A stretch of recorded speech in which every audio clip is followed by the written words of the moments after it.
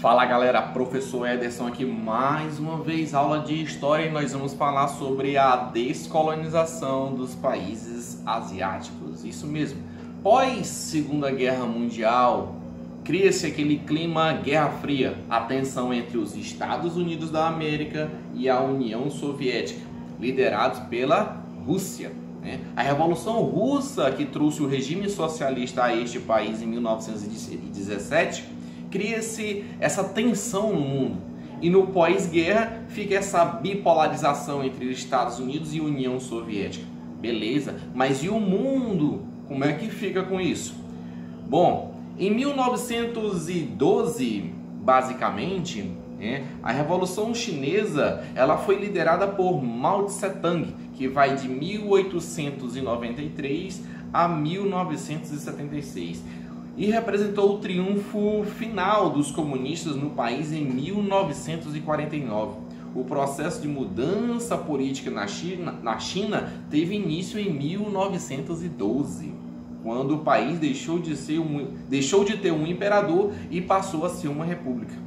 No entanto, gente, essa mudança não significou mudanças dos problemas sociais que afetavam aquela população. Muitos desses problemas estavam associados às dependências chinesas em relação às potências imperialistas europeias, ocidentais.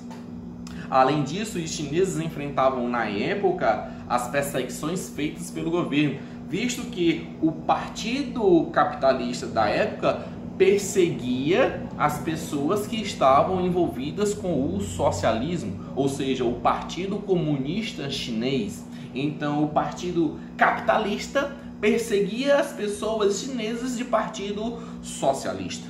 Beleza. Só que esse processo aí, ele vai dar uma pausa em 1930, quando a China fica abalada porque uma guerra civil entre os movimentos populares, principalmente os ocorridos no interior, na parte rural chinesa, ganha força e proporções em que se toma a capital. Então, aproveitando a desorganização interna da China, o Japão invadiu a região da Manchúria, uma região que inclusive é bem rica em recursos minerais como ferro, cobre, até petróleo.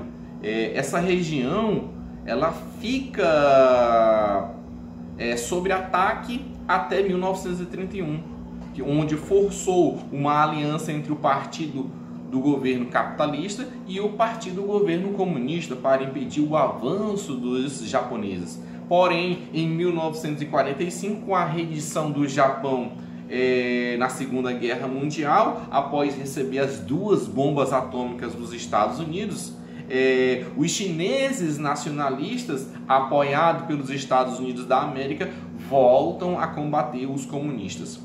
Porém, contudo, entretanto, todavia, havia uma resistência. Essa resistência, conduzida pelos chineses comunistas na zona rural, foi decisiva para consolidar a liderança política militar do Partido Comunista Chinês. Em 1949, tropas do PCC ocuparam Pequim, a capital do país, e expulsaram os antigos governantes. Foi proclamada aí então a República Popular da China, conduzida por um partido comunista chinês, liderado pelo Mao Tse-tung, em oposição à China nacionalista, em Taiwan, de tendência capitalista. Beleza? Essa é a parte da Revolução Chinesa onde se instaurou o sistema socialista na China. Só que no continente asiático existiam outros países que estavam sob o domínio do imperialismo europeu, como por exemplo a Índia estava sob o domínio da Inglaterra, assunto que a gente vai ver agora, a independência indiana. Na Índia, o movimento de libertação contra o domínio da Grã-Bretanha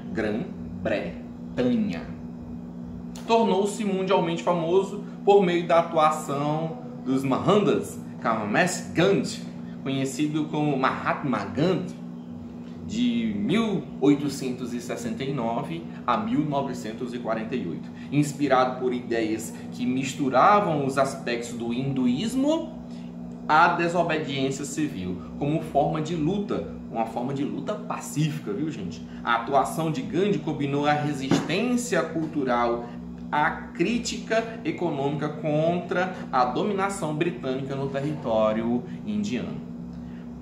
Para pôr em prática suas ideias, Gandhi tecia as vestimentas que usava. Esse gesto representava a resistência cultural ao negar o modo de vida inglês imposto aos indianos.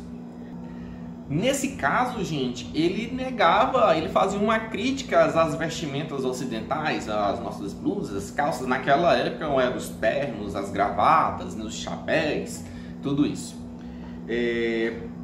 Pois negava também aí uma forma do consumismo ocidental, beleza? Praticado pelas grandes indústrias têxteis que se firmavam em território indiano. Lembram da DIT? Pois é. Embora Mahatma Gandhi ele nunca pregou a violência, ele foi preso diversas vezes. Os seus movimentos nacionalistas indianos foram reprimidos brutalmente pelo governo colonial britânico. Após décadas de luta, a Grã-Bretanha foi obrigada a abrir mão do domínio de sua colônia no território indiano em 1947. A consequência do seu enfraquecimento como potência mundial e da dificuldade em manter as suas colônias. Lembrem, gente, pós Segunda Guerra Mundial, 2 anos depois dos ataques nazistas à Inglaterra, a Inglaterra estava fraca militarmente, então ela não tinha mais como manter o domínio sobre essas colônias. Por isso que a Índia se tornou independente nesse período. E também no continente asiático nós temos dos casos mais conhecidos mundialmente, que é o Vietnã. Localizado na antiga Indochina, no sudeste da Ásia, era colônia francesa desde o final do século XIX. Durante a Segunda Guerra Mundial sofreu também a ocupação japonesa, mais precisamente no ano de 1940. Quando a guerra acabou e os japoneses foram derrotados, os vietnamitas liderados por Ho Chi Minh e apoiados pelo Partido Comunista, inclusive, declararam a independência do país em setembro de 1945. Apesar das dificuldades internas que enfrentava, a França não cedeu ao movimento nacionalista do Vietnã. Pelo contrário, apoiado pelos Estados Unidos da América, a França promoveu uma guerra civil muito cruel, que se estendeu até 1954, quando os franceses foram vencidos pelos vietnamitas. Nesse mesmo ano, a Conferência de Genebra reconheceu a independência do Vietnã. E aí foi o caso da Guerra do Vietnã do Norte contra o Vietnã do Sul.